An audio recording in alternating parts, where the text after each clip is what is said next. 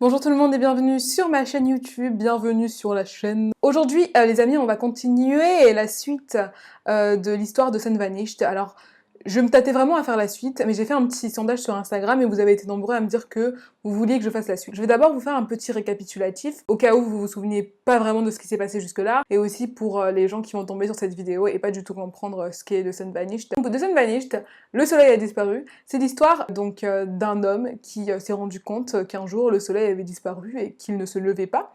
Donc il a créé un compte Twitter pour expliquer un petit peu ce qui se passait, pour partager ses craintes, tout simplement tenir un peu comme un journal de bord. Hein. Donc en fait on suit l'histoire de cet homme, d'ailleurs on ne connaît toujours pas son prénom. Non, on connaît toujours pas son prénom. On connaît seulement le prénom de son meilleur ami qui s'appelle Daeyeon, qu'il va retrouver au bout d'un moment et ils vont faire le chemin ensemble en fait, essayer de comprendre ce qui se passe et tout ça. Après avoir campé pendant quelques temps en dehors de la ville, il voulait aller en ville pour pouvoir capter, avoir accès peut-être à internet et tout ça. Et du coup, Daeyeon était parti chercher du carburant en fait, il était parti siphonner du carburant pour qu'il puisse redémarrer la voiture et se rapprocher donc de ces fameuses tours et avoir du réseau. Donc on va continuer l'histoire, let's go to the video.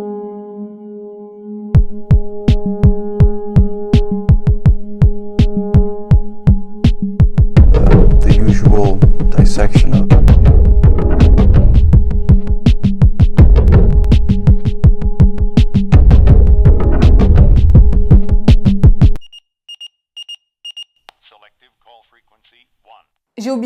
J'ai oublié de vous le dire, mais prenez un truc à manger, prenez un truc à boire, mettez-vous à l'aise, parce que ça risque d'être un petit peu long, enfin je suppose quoi.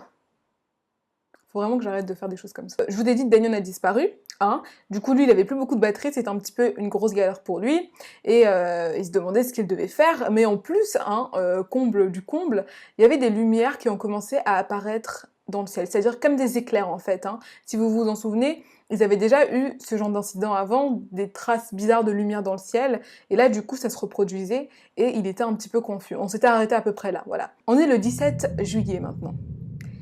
J'essaie de combattre l'envie de sortir. Je sais que c'est risqué, mais j'ai seulement 5 heures de batterie restante et pas une trace de Daeyeon, et pas grand chose à perdre. Je quitte la tente pour aller voir ce qui se passe dehors. J'ai pris cette photo avant de me barrer. J'ai suivi ce truc à travers les champs pour voir à quoi ça ressemblait. Les plantes montent jusqu'à 1m80, 1m90 environ. Donc je vous laisse imaginer la taille du truc.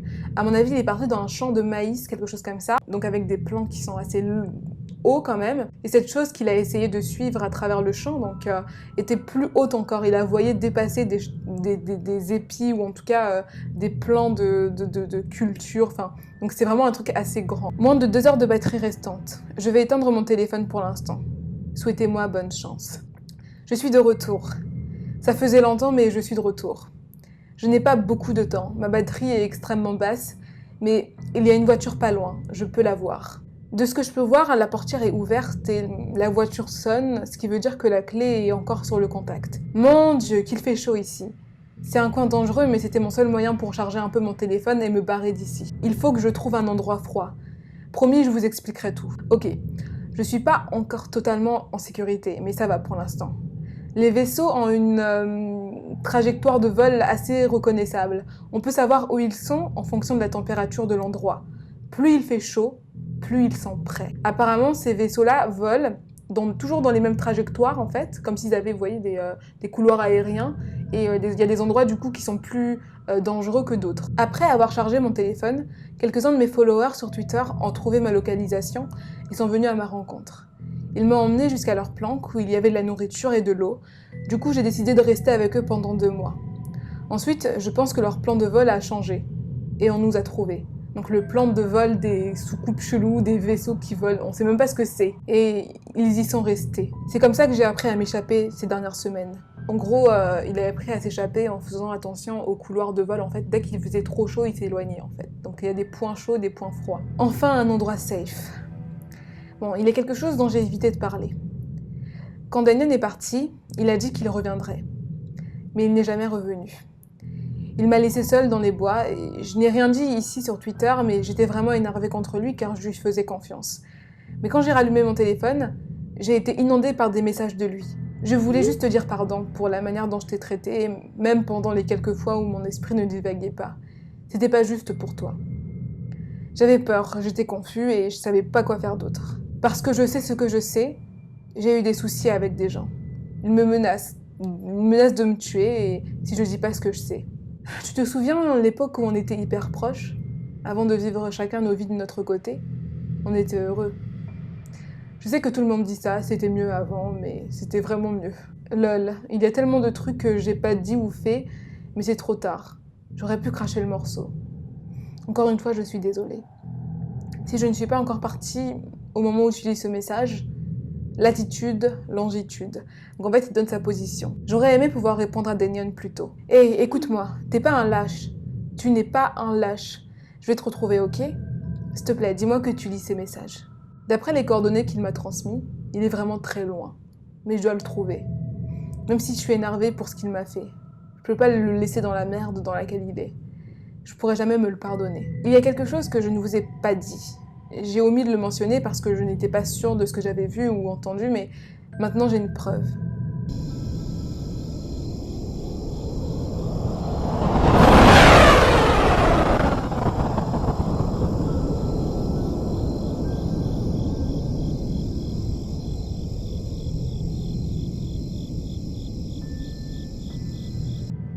Il y a un mois, j'ai vu un des vaisseaux voler pas loin d'ici. Ensuite, il y a eu un bruit assourdissant, il a explosé et s'est craché. Honnêtement, je pensais halluciner, ou un truc comme ça. Mais maintenant, je suis presque sûre que c'était pas le cas.